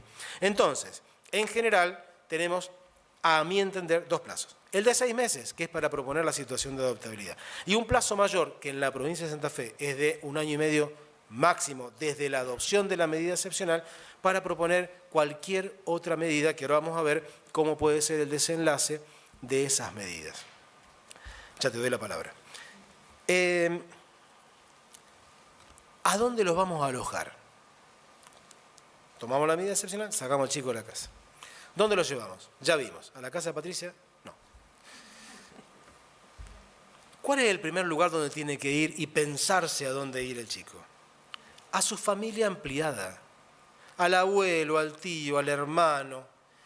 Y acá vamos a estirar un poquito más. Al padrino, a un vecino, al papá de la novia. ¿Entendés? O sea, hay que buscar alternativas. Ya en lo último me excedí un poquito, a lo mejor, puede ser. Pero hay que buscar alternativas. Primero la familia ampliada. Esto implica que si yo a un chico lo saco de su lugar y lo llevo a la casa de la abuela, como decía antes, estoy adoptando una medida excepcional por más que sea la abuela. ¿Sí? La medida excepcional está adoptada. Es posible también que ninguno de ellos esté en condiciones de, porque quizás también sean parte de los vulneradores, ¿no? Si vivían todos en la misma casa, en el mismo pasillo, en la misma casa, en el mismo departamento, en lo que vos quieras, yo le preguntaría, decir, bueno, che, hombre, ¿y usted dónde estaba mientras pasaba todo esto? Mientras el chico, la nena era violada por su padre o dada a hacer prostitución, ¿dónde estaba usted que no hizo nada respecto de esto? No, una pregunta posible es esa. Imagínate que no tenés ninguna de esas situaciones. La situación extrema son los hogares. ¿Y por qué extrema? No tiene nada que ver con que sean lugares que generen traumas, ni que sean mal atendidos, ni que cosa que puede pasar y ha pasado, no vamos a decir que esto no es así, sino que son lugares donde no tiene la contención de una familia, no tiene el ámbito más pequeño de una familia, son más amplios, por más que en los últimos años, muchos años, se ha ido reduciendo mucho la cantidad de chicos que pueden estar dentro de un hogar. Ya no tenemos un hogar con 100 y pico de chicos adentro, ¿no? Se buscan lugares mucho más contenedores, mucho más pequeños. Ese sería uno de los extremos, posible, pero que uno trata de evitar. ¿Por qué trata de evitar? Para buscar una situación intermedia. Una familia que reciba a esos chicos durante un lapso lo más breve posible para que transite la medida excepcional. Como hijo no. Como una persona, como un huésped, una persona que arriba a esa casa y va a vivir en esa casa. Ese es el sistema de familia solidaria, familia de acogimiento. Ha recibido distintos normas, no es algo, un invento de la modernidad, ni mucho menos. Han existido con distintos nombres y con distintos criterios durante muchísimo tiempo. Pero vos, como familia solidaria, una de las cosas que no podés hacer es ser familia adoptiva. El fin de esto, ¿cuál es? Que vos recibas a esos chicos durante el un lapso brevísimo, lo más chiquito posible, de tiempo, para que esos chicos transiten la medida excepcional. Para ser familia adoptiva hay otro sistema, que es el sistema del registro de adopción. ¿Qué va a ponderar? Hablo en teoría, y es posible que así se haga, el registro de adopción. Con un psicólogo, con un trabajador social, cómo es la situación de esa familia para aspirar a ser padres y madres adoptivos. ¿Qué es lo que tiene que pensarse desde un punto de vista del programa de familia solidaria? Que esas personas, subjetivamente, estén en condiciones de recibir y despedirse. Recibir y desprenderse en un plazo determinado. Es de los actos más altruistas que hay y más difíciles que hay. Recibir un chico en tu casa y estar preparado para que en un plazo que vos vas a saber que es inexorable, te tengas que desprender de ese chico. Y trabajar de modo tal que no se genere entre vos y ese chico, y entre ese chico y vos, un lazo filial. Tenés que estar preparado para eso. ¿Es igual el análisis de un caso y de otro? No, para nada. En uno le estamos diciendo, vos vas a recibir el chico para que con vos viva toda la vida y vos seas el padre y la madre, y en otro caso le estamos diciendo, vos vas a recibir a este chico para que pase con vos un tiempo cortito y que después te desprendas. Tenemos algunos problemas con esto, porque nosotros tenemos una formación distinta a la de otros países. En Estados Unidos las familias estas operan de modo tal que cuando llega el momento del desprendimiento, hacemos una fiestita, te vas y viene otra persona y seguimos así. Nosotros quizás eso nos cueste un poco. Pero no pasa esto ni por el encariñamiento. A ver, Si a mí la Dirección Provincial de Niñez me da el cuidado como familia solidaria a un bebé, es muy posible que me encariñe al momento de recibirlo. No hace falta que pasen 4 meses para que uno se encariñe con otra persona. No es una cuestión de cariño, es una cuestión de trabajo dentro de la familia solidaria. ¿Qué requiere esto? Profesionalización, asesoramiento psicológico, buena elección y contención en forma permanente. Capacitación, contención, control, visitas, asesoramiento.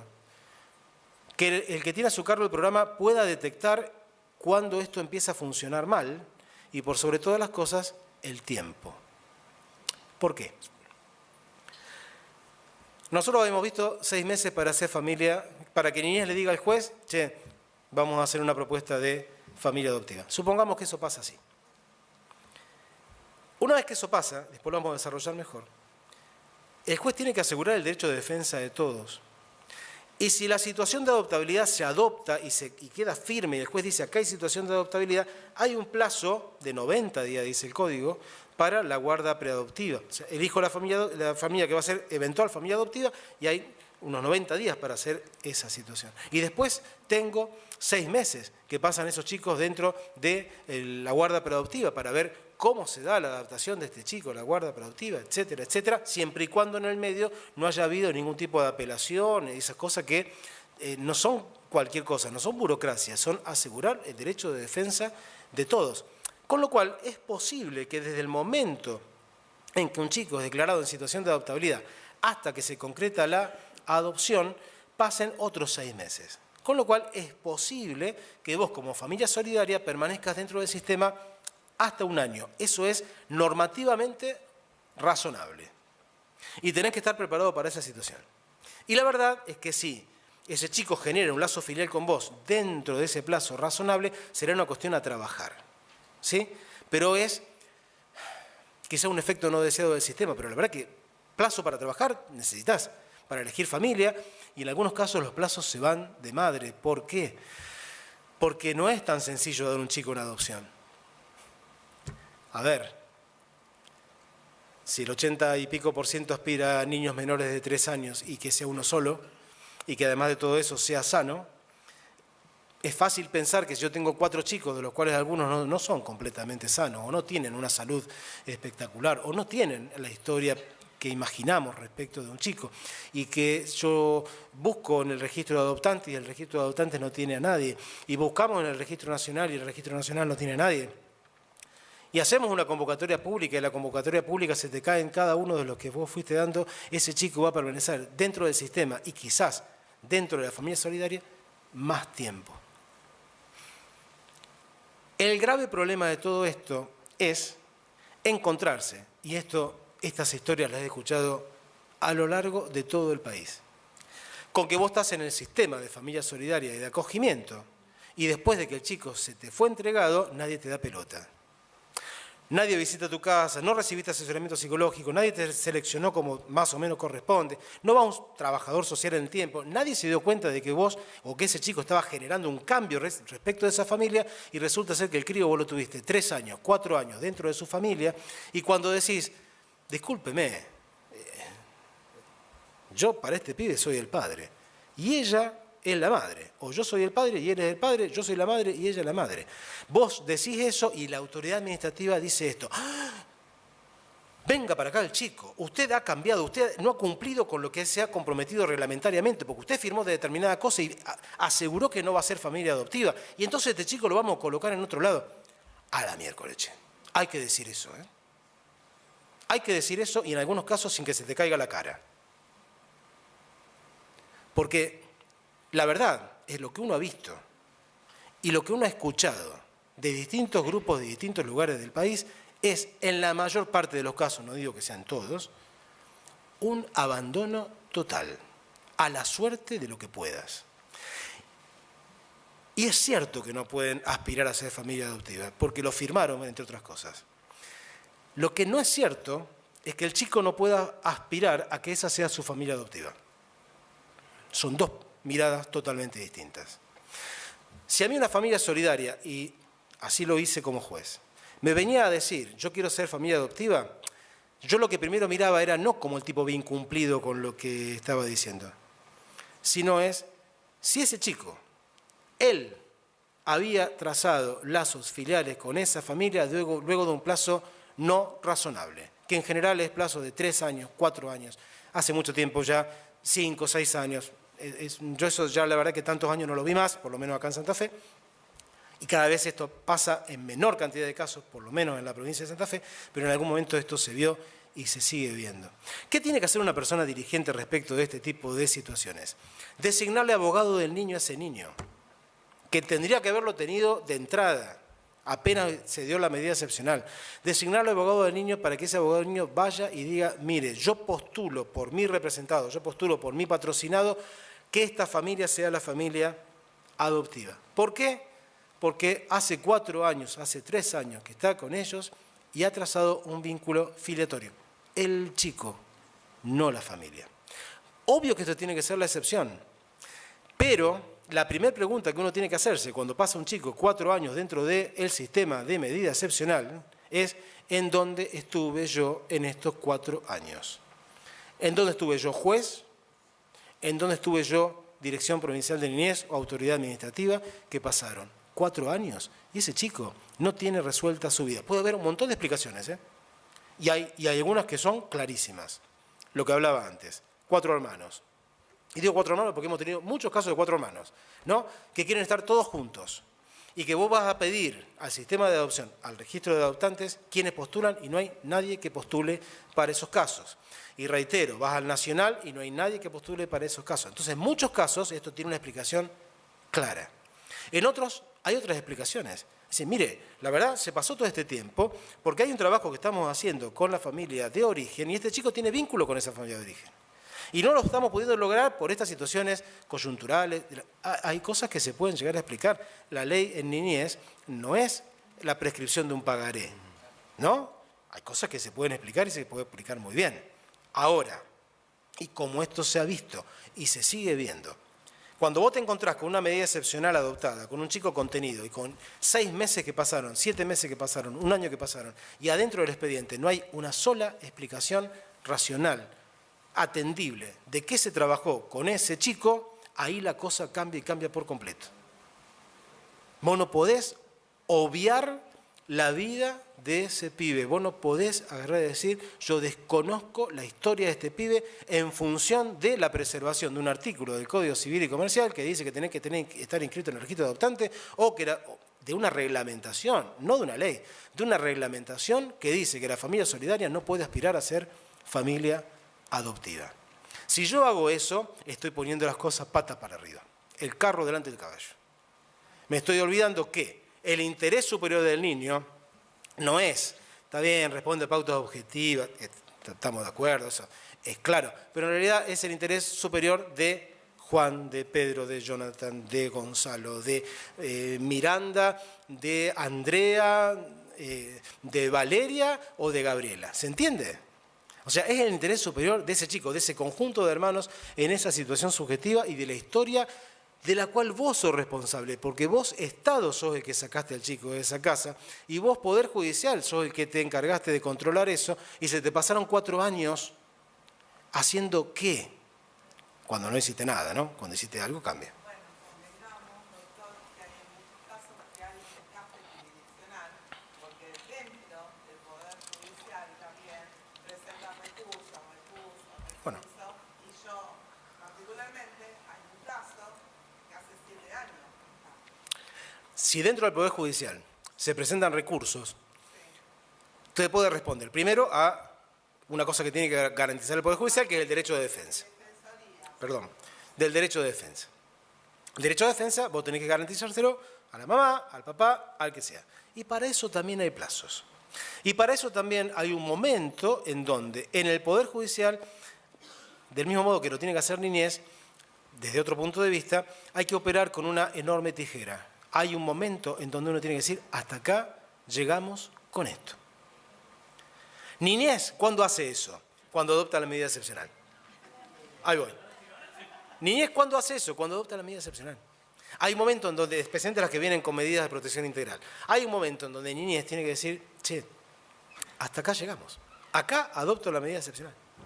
Y me la banco, digamos, ¿no? Aún así tienen derecho de defensa, porque una vez que niñez adopta la medida excepcional, los padres pueden establecer recursos administrativos contra eso, porque nadie tiene la verdad comprada, ni mucho menos. Cuando va al Poder Judicial, vos también tenés derecho de defensa. Lo que no podés hacer de eso es un uso patológico e indebido de los recursos. Hay un punto en donde vos, juez, tenés que decir, yo resuelvo, y en todo caso, si vos no estás conforme con esto que resolví, andá a la Cámara. En Rosario, bueno, sería al Tribunal Colegiado y después a la Cámara. ¿Se entiende esto? Hay un punto donde hay que cortar. Bueno, entonces, ahí...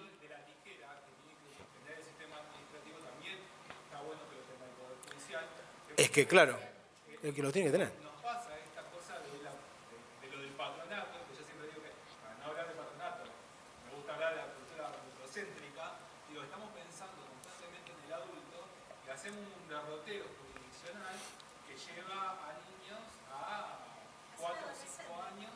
Pero claro. Residencial esperando que les llegue una familia que quizás no les llegue nunca, porque se van a volver adolescentes.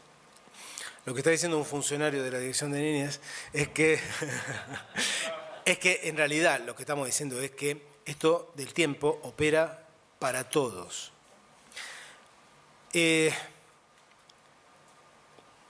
algo que el juez no puede darse ese lujo, que es el de no decidir. A nosotros nos pagan para decidir, no para patear, ni para pedir cosas que no tienen ningún tipo de sentido. A ver, si a mí me viene un expediente en revisión a la Cámara, porque es un recurso de apelación, no deja o de apelación extraordinaria, de ser una cuestión de revisión, obviamente que yo tengo que asegurar el derecho de defensa con el procedimiento. El procedimiento rige, adecuado, pero rige. Si yo tengo el dictamen de todo el mundo, tengo el abogado del niño, tengo todo arriba de mi escritorio, tengo un chico que fue escuchado. Si yo pido una vista a la gobernadora de Tierra del Fuego, la verdad es que no tiene mucho sentido disponer eso. Quizá eso no sea la gobernadora de Tierra del Fuego, pero sí a una nueva escucha del niño, recibirlos nosotros antes de recibir, cuando lo escucharon 3 meses antes. O un nuevo informe ambiental, una nueva situación, una nueva vista, un nuevo vaya a saber qué cosa, y después nos pasamos los votos uno con otro, o dale, entró a un sistema de sorteo y está esperando.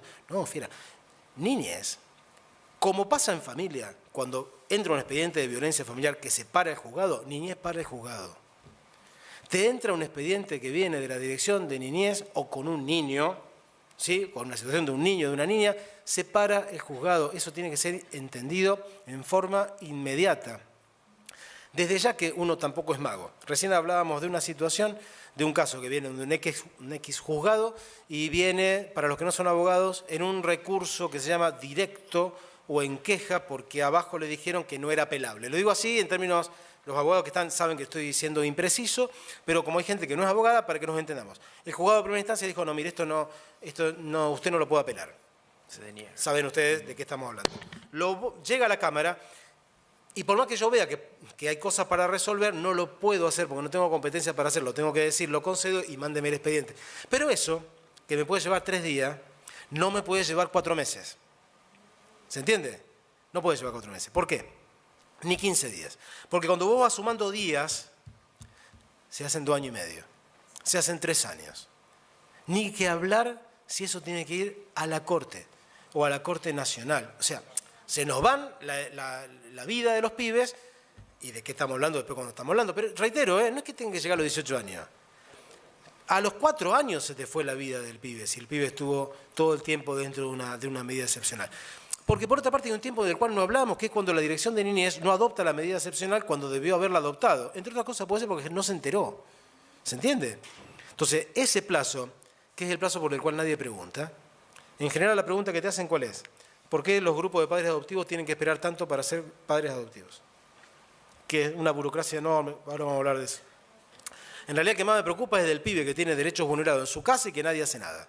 Ese es el plazo que más preocupa. Después está el plazo de niñez, sí.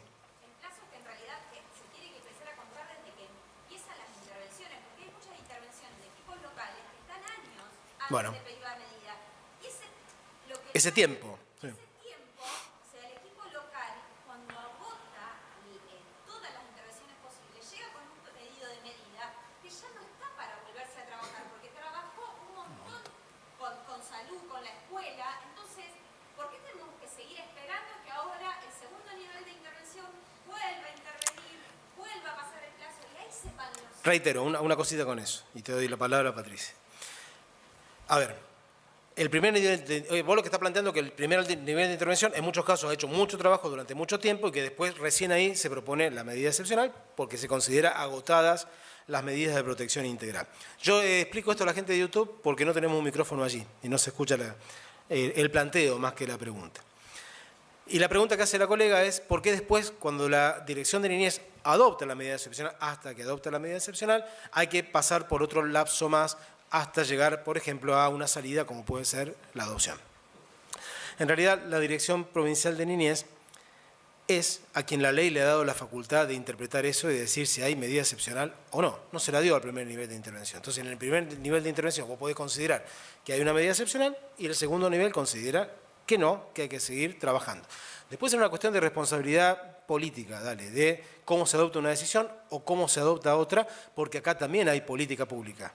Hay, por decirlo de forma muy grosera, políticas públicas más proclives a la adopción de medidas excepcionales, hay políticas públicas menos proclives a la adopción de medidas excepcionales. Y tu visión del primer nivel de intervención quizás no sea la del segundo nivel. Y la verdad es que eso tiene una sola solución. Es la elección de la política pública de quién la va a dirigir. No hay otra. Eso no tenés mucho para decir. Uno opina una cosa, el otro opina otra cosa. Te aseguro que cuando el primer nivel de intervención opina que hay que tomar medida excepcional y el segundo dice que no, vas a tener un conjunto, un coro que va a decir que está bien y un coro que le va a decir está absolutamente mal lo que está decidiendo, porque en esto va lo valorativo, lo que cada cual entiende que hay que hacer con una determinada situación. Bien. ¿Qué sucede ante esto que vos estás planteando? Yo le venía diciendo a ustedes que ese lapso del cual vos hablás es el lapso del cual no se habla y el lapso que más preocupa, porque encima no es cuantificable. Yo no puedo decir, excepto que sea desde que nació, cuánto tiempo un chico ha estado en un sistema de vulneración de derechos hasta que se adopta la medida excepcional. Puedo sí tomar nota de la primera que dio noticia, de la que la maestra dio noticia de una situación de vulneración, pero no puedo saber exactamente cuándo empezó la situación de vulneración. Quizás ese chico tenga 5 años y tenga 5 años de vulneración de derechos encima. La Dirección de Niñez quizás se tome un tiempo para decir si adopta o no adopta una medida excepcional. Ese también tiene que ser el más chiquito posible, para adoptar o para no adoptar. Y después, cuando adopta la medida excepcional, en ningún lado dice que tenga que estar 6 meses esperando para dictaminar. Puede dictaminar antes, pero también puede llegar a los 6 meses y decirle al juez, mirá, ante esta situación particular, la vuelta no pasa por la adopción, pasa por otro lado, necesito más tiempo, estoy haciendo esto, estoy haciendo aquello. Lo que hay que hacer es explicarlo. Lo que sí no se puede hacer es que, si el juez te pide explicaciones, no contestarlo. La explicación la tenés que dar y tenés que decir hasta en aquello que fracasás. Porque el fracaso nos puede pasar, fracaso lo digo en todos los sentidos. Es decir, bueno, mirá, yo estuve trabajando esto y no lo logramos, no logramos tal cosa. En algún momento ahí tiene que aparecer la tijera. De Dirección de Niñez diciendo, mirá, adopté la medida excepcional hoy, pasaron 15 días, pero yo ya sé hoy que esto no tiene más solución. Que la medida definitiva es tal y a esa medida tengo que ir. O a lo mejor llegaron los 6 meses y digo, no, mirá, me voy a tomar el año y medio que dice la 12967, porque este chico tiene 16 años, porque no quiere ser... Bueno, por las razones que sean explicadas al juez para que el juez autorice esa extensión del plazo. ¿Está? O sea, cada caso realmente es el que manda en materia de tiempo, pero hay tiempos que son ordenatorios y que nosotros tenemos que tenerlos muy en cuenta. Vuelvo para finalizar con Familia Solidaria, porque de lo que estábamos hablando, de dónde va para un chico en medida excepcional. Cuando un chico pasa 3 años en una familia solidaria, sin que nadie haga nada, sin que nadie haya ido a ver, es una cosa extrema, y no me digas que no es así, porque podemos tener montones de casos donde la gente en distintos lugares del país no es atendida como familia solidaria. No es atendida. Se los deja librado a su vuelta. Hay casos que no. Y hay gente que ha sido 3 o 4 veces familia solidaria y han funcionado de primera. Pero hay casos, los menos quizás, en donde la gente está a la deriva. Y en ese caso en particular, cuando viene a plantear la cuestión de adopción, no hay que decir que no de entrada. Quizá la respuesta sea no. Pero la primera pregunta que uno se tiene que hacer, especialmente como juez, es ¿dónde estuve yo mientras el plazo se pasaba? Y, a ver, sí, le mandé 48 intimaciones a Niñez y no me contestó ninguna. Sí, genial. ¿Y qué más hiciste? ¿Sí? Fuiste a ver, o al revés. Hace 2 años y medio que está en la Cámara y no lo resuelve. Genial. Presentate pronto a despacho. Genial. Lo llevaste hasta donde lo tenés que llevar, lo llevaste hasta la Corte no te dio pelota. ¿Hasta dónde lo llevaste? Pero Patricia, vos estás hablando del caso individual, yo te estoy hablando de explicaciones en general. Vos también tenés que estirar la cosa como para decir, mire, pasó los 2 años y medio, pero yo hice todo esto que está acá y no me dieron pelota. Yo hice todo esto que está acá y no lo logré. Y así y todo, hay un punto en donde voy a decir, hay algo que me falta hacer. Algo que me falta hacer, qué sé yo, no sé. Una manifestación, no sé. Algo tenés que hacer para que a un chico no se le pase la vida esperando. ¿Sí? En realidad, lo primero que uno tiene que pensar es que el funcionario que está sentadito allí, cuando tiene un tema de niñez, tiene que pensar cuánto entendería él, que es un tiempito. La pregunta de Lilu, le voy a decir así, Lilu, no es así, es fundante y es la pregunta de la mejor abogada del niño que he visto en mi vida. ¿Sí? Preguntate, funcionario público, preguntate, juez, ¿cuánto tiempo es para vos un tiempito? Si tenés sed y ninguna de estas botellitas que está acá tiene agua y hace 1 hora y media que estás hablando y no tenés un vaso de agua. El otro día algunos amigos me criticaron porque estábamos el Nico y yo acá y tomábamos los dos del mismo vaso. Vivimos juntos prácticamente, nos pasamos más tiempo juntos que en la familia de uno del otro. Y la verdad que ni cuenta nos dimos que estábamos compartiendo el mismo vaso. ¿Está? Pero yo me preguntaría, si yo no tuviera ni un vaso acá y estoy en una situación de comodidad, con calefacción, hablando con ustedes bien vestido, o no, no importa, pero tengo vestimenta, ¿está? Lo desesperante que puede ser hasta decir, Víctor, y Víctor, mira por otro lado, vení Víctor, que es Carolina, anda a buscar un vaso de agua. ¿Se entiende? Pensá eso cuando te pasa durante un fin de semana completo. Pensá eso si te pasa durante una semana completa. ¿Sí? Pensá si vos, en vez de estar en tu casa mirando Netflix o jugando a la PlayStation, te mandaron a una barraca, qué sé yo, con un conjunto de gente que vos no conocés y al cuidado de una serie de personas que vos no conocés, que te tratan de primera y que te dan de comer un montón de cosas, pero que vos no conocés a ninguno de esos que está ahí. ¿Cuánto duraría para vos un tiempito si en esa situación estuvieras una semana? Si vos, el expediente de niñez, lo tenías adelante tuyo y tardaste una semana en mirarlo, pensate a vos una semana en la situación en la cual se encuentra ese pibe ahí adentro. Y cuando empieces a mirar, no empieces por el final, empezá por el principio, por esa que vos decís. ¿Cuándo fue que la maestra se dio cuenta? Bueno, ese pibe está esperando desde ese momento. Ese pibe está esperando desde ese momento. Entonces, si vos tenés el expediente ahí, y no te estoy diciendo un juicio de valor, porque es posible que tenga, especialmente un juez de familia, dale, que tenga ese expediente ahí, porque tengo otros 8 expedientes en la misma situación, también esperando, y los tenga que andar mirando, o lo que le puede llegar a pasar a la Dirección Provincial de Niñez. Pero vos tenés que hacer un balance de prioridades. Yo tengo un pibe esperando, y tengo una quiebra para decidir, y bueno, hermano, sí, vas a tener que mirar primero el del pibe, ¿qué querés que te diga? Mirá primero el del pibe y decidí algo. Algo tenés que decidir. Si vas a decidir una medida para mejor proveer, que para la gente que no es abogado es una medida adicional porque hay algo que no te termina de cerrar, bueno, eso es una cosa. Si vos vas a suspender el procedimiento porque Niñez no acompañó la partida de nacimiento, dejate joder. Anda a la defensoría, le decís, che, me conseguí una partida de nacimiento. Llama al registro civil y decís, mirá, tengo esta situación, necesito una partida de nacimiento. ¿Se entiende esto? Si vos vas a decir, mire, esta medida excepcional para hacer el control de legalidad, primero mándeme las copias certificadas. Vamos, hermano, dejá de joder. Eso no es así. te lo mandó un funcionario público, se supone que por más que la ley diga que las copias las tiene que mandar certificadas, se supone que son fieles las copias que te está mandando. ¿Está? Es posible que vos te encuentres en una situación que diga, sí, genial, pero mirá, salta de la foja 10 a la foja 110 y nadie explica nada. Es posible que ahí sí tenga que llamar, pero llama por teléfono y decís, che, Patricia, vos sabés, hace una semana que le mandamos a otra persona de niñez para que me mande esta fotocopia, no me la mandó. Mandámela. ¿Se entiende esto? No hace un decretito, le mandé una cédula, entonces no me la recibió y después te... Llama por teléfono. ¿Se entiende hacia dónde apuntamos con esto? Sí. Una pregunta. Con la creación de las secretarías de vulnerabilidad, todo esto entiendo que debe haberse... Sí, yo creo que se mejoró bastante. Y a ver, algunas cosas yo las estoy diciendo en forma bastante provocativa para que se entienda. Está esto mucho, es realmente que mucho funciona así. Y también es cierto que mucho funciona que no te dan bolilla. Es cierto eso. Yo lo tengo contabilizado, tengo un registro de esta cantidad de veces que se le pide a la dirección de niñez que complemente con algo y no lo hace. No lo hace y no lo explica. ¿Me entendés?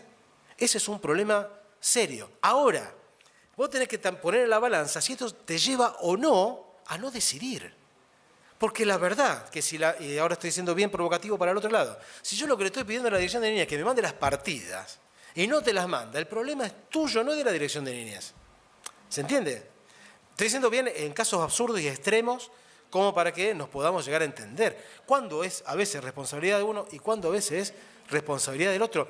Reitero, si la dirección de niñez no responde 40 veces un informe, es su responsabilidad, pero también es responsabilidad nuestra. De no agarrar y llamar por teléfono si somos seres humanos, no somos papelitos. ¿No? ¿Por qué no puede agarrar el teléfono? Que de hecho, bueno, con la creación de estas secretarías, evidentemente es así, y después se han buscado múltiples alternativas, algunas funcionan mejor en unas gestiones, otras no, porque cada gestión también tiene sus posibilidades. En algunas gestiones, por ejemplo, venía una persona todos los días al tribunal, después se cambió por otro sistema. El tema no importa tanto cómo, sino que funcione. Si yo encuentro un canal de comunicación donde me solucionan un problema, bienvenido sea. Lo que no nos puede pasar es eso, que se pase el tiempo indebidamente e infundadamente e irrazonablemente. ¿Está?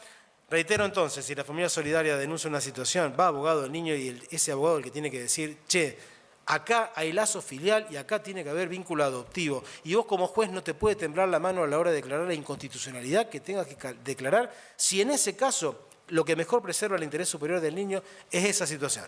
Sabiendo que la regla es el registro de adoptantes. Esa es la regla, ese es el mecanismo por el cual se tiene que llegar a la adopción.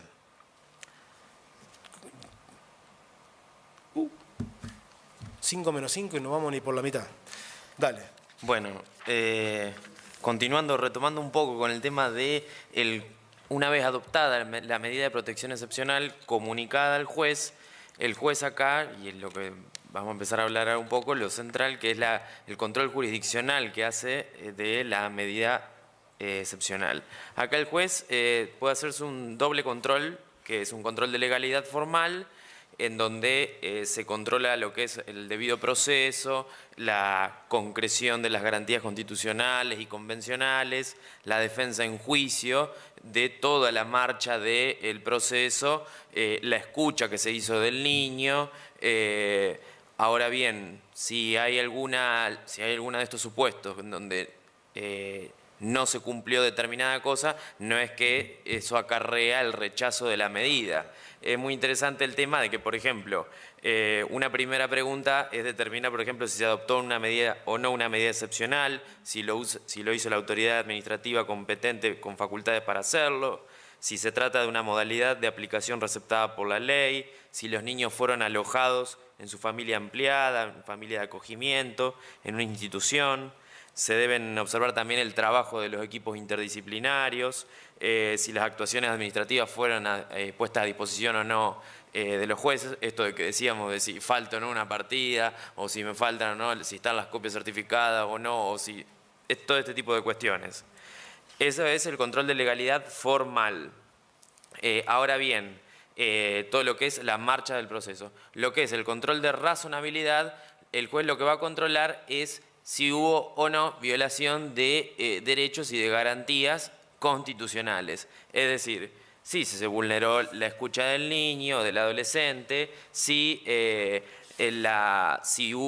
ponderó o no la separación del centro de vida, comprende, por ejemplo, todo lo que es la ponderación o merituar lo que son todas las garantías del ordenamiento jurídico. En sí, más o menos así. Ahora bien, ese tipo son los dos tipos de controles que puede hacer el juez, ¿sí? Obvio que el juez puede ordenar a la autoridad de aplicación que subsane determinadas falencias, que puede realizar nuevas medidas, que amplíe informes o que ratifique la medida o que directamente se rechace, ¿sí? El rechazo de una medida excepcional es muy grave porque ante una situación de vulneración, o sea, vos no podés rechazar una medida excepcional de entrada porque esté faltando en alguna cuestión formal, porque ese chico la consecuencia es devolverlo a la familia de origen, ¿no? Eso no. Vamos a ser sinceros, yo no he visto en el tiempo que estuve con juez de familia una medida excepcional que no tenga un viso de razonabilidad, ¿no? Eso es. Bueno, pero en cientos de medidas, digamos, ¿no? O sea, te podés encontrar con una situación por el estilo y no sé si terminó con una vuelta del chico al seno de la familia. No. Bueno, por eso digo, o sea, es muy raro eso, la razonabilidad de la medida y también en colocarse en situación de territorio, digamos, ¿no? La medida excepcional se adopta en territorio y no siempre vos, en una situación de esas tenés todos los elementos habido y por haber formales para la adopción de una medida. Yo voy a avanzar un poco porque la verdad que se nos fue la hora. Sí, más que nada hacia esto. Cuando pasa el plazo de 6 meses, o el plazo que corresponda, la Dirección de Niñez le dice al juez, mire, hasta acá llegamos con la medida excepcional, propongo que la situación definitiva de este chico sea, por ejemplo, adopción. O que la situación definitiva de este chico, de esta chica, de este grupo sea privación de la responsabilidad más tutela, nunca es tutela sola, digamos, ¿no? Es privación de la responsabilidad parental más tutela. O, en este caso particular, guarda del 657 en cabeza de la abuela, estoy inventando, ¿no? Distintas situaciones que se pueden llegar a dar. Las dos quizás más importantes sean la adopción, la situación de adoptabilidad, proponerlo, o la privación de la responsabilidad parental más la tutela, son quizás de las más comunes, porque la guarda del 657, que para los que no son abogados es una guarda en situaciones de gravedad, esa se puede dar al inicio de la medida excepcional, no hace falta que termine durante el plazo de guarda. Recuerden ustedes que la medida excepcional no constituye a niñez en titular de la responsabilidad parental, no, para nada. Muchas veces sería deseable que haya un guardador. En el proceso administrativo, y esto ya es, no se puede prorrogar más el hacer esto, tiene que haber abogado del niño. En el inicio del proceso administrativo. Ya tenemos ley de abogado del niño, no hace falta reglamentar esa ley desde ningún punto de vista para tener abogado del niño, si no, no tendríamos abogado del niño desde el año 2009 hasta ahora. En el inicio del proceso administrativo tiene que haber abogado del niño para que esté durante todo el procedimiento. Aun cuando la ley lo prevea en caso de oposición, tan solo en el caso de oposición de la madre. Ya ahora hay otra ley que nos habla sobre el abogado del niño, ni que hablar de la Convención de los Derechos del Niño, ¿no? Bien. ¿Qué tiene que hacer el juez ante eso? Pueden darse dos situaciones. Puede ser que la Dirección de Niñez le diga al juez, voy un poquito más atrás, mire señor juez, este chico volvió con su familia de origen, lo logramos el objetivo, volvió con la familia de origen. Eso es el cese de la medida excepcional. Se terminó la medida excepcional. El juez lo que va a hacer es controlar que eso efectivamente sea así y va a ordenar, va a autorizar o aprobar, la palabra sería mejor, aprobar el cese de la medida excepcional. La otra posibilidad es que le diga, no, mire, no pudo volver con la familia de origen y la propuesta es esta, adopción. El juez recepta esa situación. Obviamente que en todos los casos tiene que correr vista al defensor general, porque el Ministerio Público tiene que actuar por representación complementaria en todos los casos, y si hubiera abogado del niño, un traslado al abogado del niño. Y luego decidir si esa propuesta es adecuada o no. Es una suerte de control de legalidad de la resolución definitiva. Decide, sí, mira, la propuesta es esta. Ahí el juez puede tener una facultad, y esto la verdad que ha servido en algunas veces para corregir dictámenes jurídicos de niñez o propuestas de niñez, por ejemplo, cuando venía como tutela. O sea, propone tutela, el juez corregía eso y decía, Se sobreentendía, pero bueno, la preservación de derechos tiene que ser muy clara. Después decía, bueno, mire, propuso tutela, pero en realidad es privación de la responsabilidad parental más, como consecuencia, una tutela. ¿Para qué tiene que hacerse eso? Porque sobre la base de eso, los padres, vamos a suponer que en general son los padres, tienen que articular su defensa. Entonces, de esa propuesta de niñez en la provincia de Santa Fe, el juez le corre traslado, ¿sí?, a los padres, a los adultos responsables, que eran los que tenían en el inicio el centro de vida, para que se defienda. Pueden pasar dos cosas, que se defienda o que no se defienda. Si no se defiende, el juez va a correr una vista al defensor general y va a resolver. Y si se defiende, se genera una especie de pequeño juicio sumarísimo en donde el juez tiene que decidir. Y ahí donde puede aparecer el tema de las apelaciones. Puede haber una apelación al inicio del sistema, puede haber una apelación de que el juez declara la situación de adoptabilidad, puede haber una apelación respecto a la declaración de situación de adoptabilidad, puede ir a la Cámara va a tener que resolver, y ahí es donde los procesos también se pueden empezar a alongar más de lo necesario. Reitero, una premisa es a estos expedientes de niñez darle una prioridad total, como para que los plazos esos sean los más breves posibles. A raíz de todo esto puede llegar un momento en donde haya una declaración de situación de adoptabilidad y si esa declaración de situación de adoptabilidad queda firme, empieza el proceso de adopción, que tiene varias etapas. La primera es la selección de la familia adoptiva. ¿Cómo se selecciona la familia adoptiva? De los legajos que mande el registro de adoptantes.